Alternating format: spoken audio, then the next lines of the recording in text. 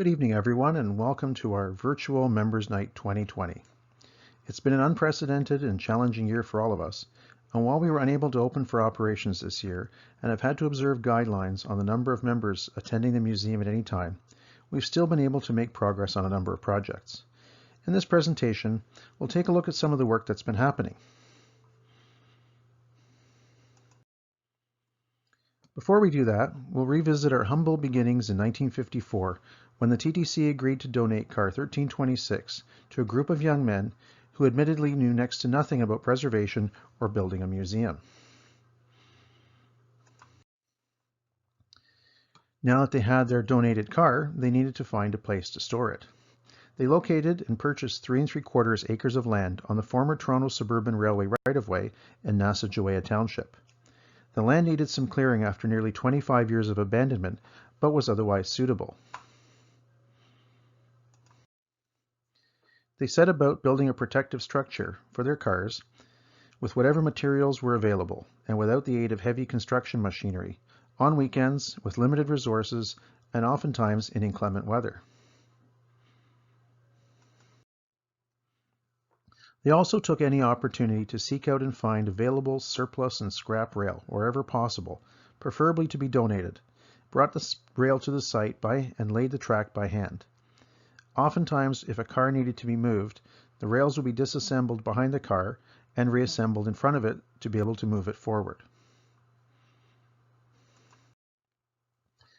After 18 years of effort to acquiring more land, building more track, and energizing the overhead, the museum opened to the public with great fanfare in the spring of 1972.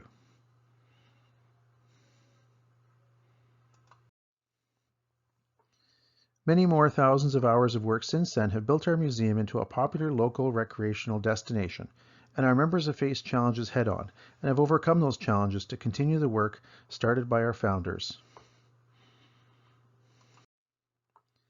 Today we have more than 75 pieces of equipment in our collection, shop facilities, storage and display barns, and we saw nearly record attendance of 20,000 visitors in 2019.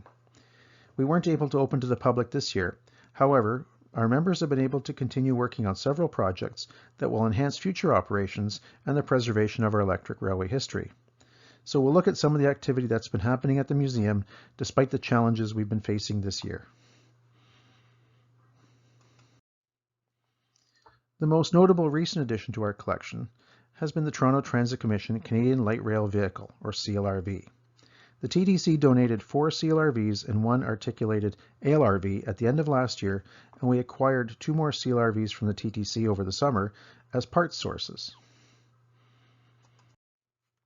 While these cars are technologically more advanced than our other equipment and still seem new to some of us, the CLRVs were retired last December after more than 40 years in revenue service, comparable to the small widths or all-electric PCCs.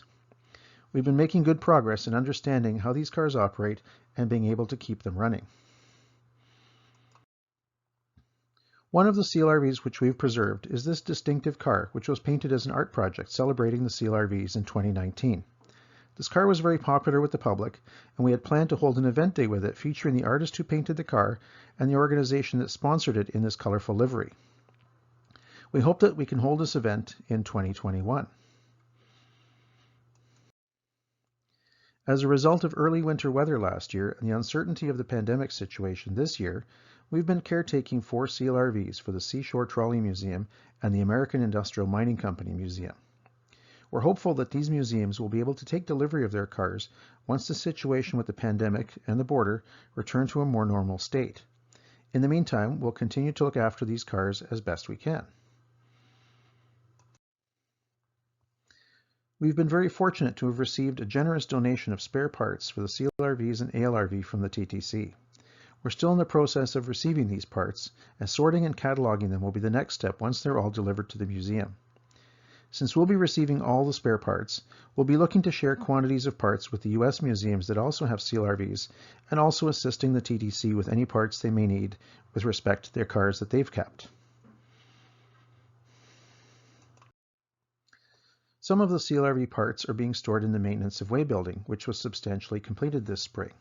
Racking has been installed in the building, and a good quantity of the CLRV parts have been stored here out of the elements. For the winter, the overhead trucks and maintenance trucks will be stored here for dedicated storage.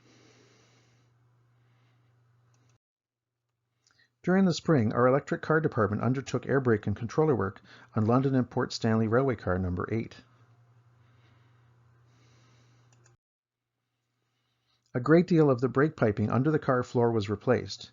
Brake piping in the cabs was replaced, along with servicing of the controllers and maintenance on the pantographs, which have had considerable work done on them in the past year. Number 8 is one of our regular operating cars and sees a great deal of use.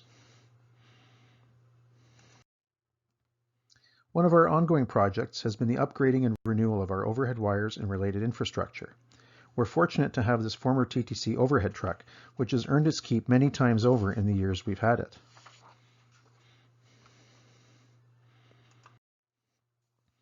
Our overhead department has been upgrading fittings and span wires in the 2 West End yards and on the main line, as well as upgrading switch frogs with more modern fittings, which will allow for easier passage of pantographs through this special work. We received a grant to cover a portion of repainting the Via Rail dormitory sleeping car. The car was sandblasted and the body was found to be in good condition. The car was painted with durable Imron exterior metal paint and without body filler as a protection against the effects of fluctuating temperatures and humidity that we experienced through the seasons. We expect that this car will continue to look good for many years to come. Another ongoing project is the overhaul and rebuilding of the trucks for TTC PCC car number 4611. Parts have been sandblasted and overhauled, and the motors have been sent out for rebuilding. Once the trucks are reassembled and reinstalled under the car, we're hopeful that the car will be ready for service when we reopen.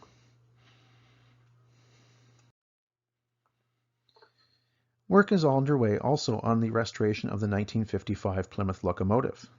The wheels have been widened to TTC gauge, and the prime mover has been successfully tested.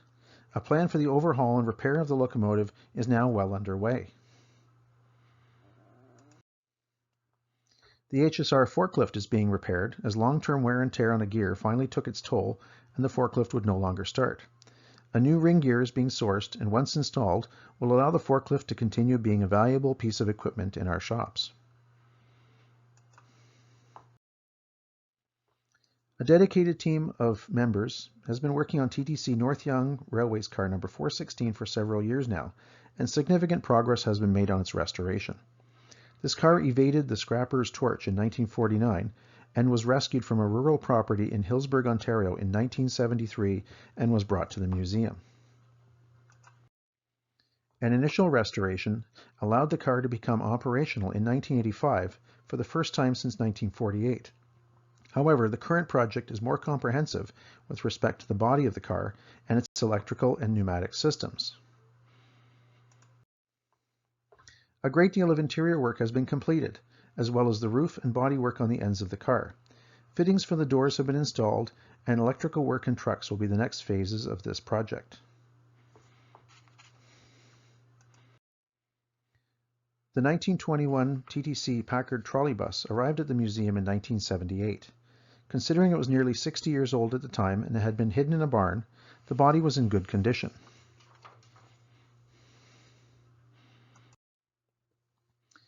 Over the past few years, slow but steady work has been done to replace the windows and wood frames around the coach body. This year, further work is being undertaken with a view to creating new car lines for the roof and fabricating new seats for the interior.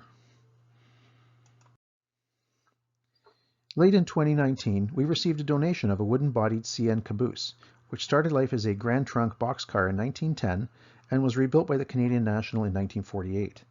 The caboose was retired in 1980 and preserved by a private individual who did extensive preservation work on it. We hope to use the caboose for display purposes in the future. We were able to acquire several sets of surplus Barber trucks from the Ontario Southland Railway this summer to replace the standard gauge trucks under some of the equipment on the museum property. These trucks are relatively easy to regauge and were put to use under the Grand River Railway locomotive number 335 and the CN caboose, so that these vehicles can now be more easily moved around the museum property with less risk of damaging the concrete and yard tube or derailments. The remaining Barber trucks will be used to replace the standard gauge trucks on some of the other cars that still have standard gauge trucks. A major project which has been started this fall is the installation of new overhead poles in the West Loop. New steel poles will replace decaying wooden poles and will allow for the overhead to be installed with more robust support and will allow it to be more easily realigned in the future when the West Loop track is rebuilt. Each pole-based setting had to be examined individually and carefully as the ground conditions vary greatly, with bedrock right under the surface in some places. This has been a quick review of some of the projects that we've been working on over this year, despite the challenges and setbacks that we've had with the pandemic situation. I'd like to thank all of our members for all the hard work they've done in the past, and we hope to see you all in 2021 to continue building on our success to date. As I say always at Members Night, no job or task is unimportant. Every contribution makes a difference, and we hope that next year will be a better year. This wraps up the presentation, and I'd like to thank everyone for their time and attention, and I hope that everyone stays safe and healthy.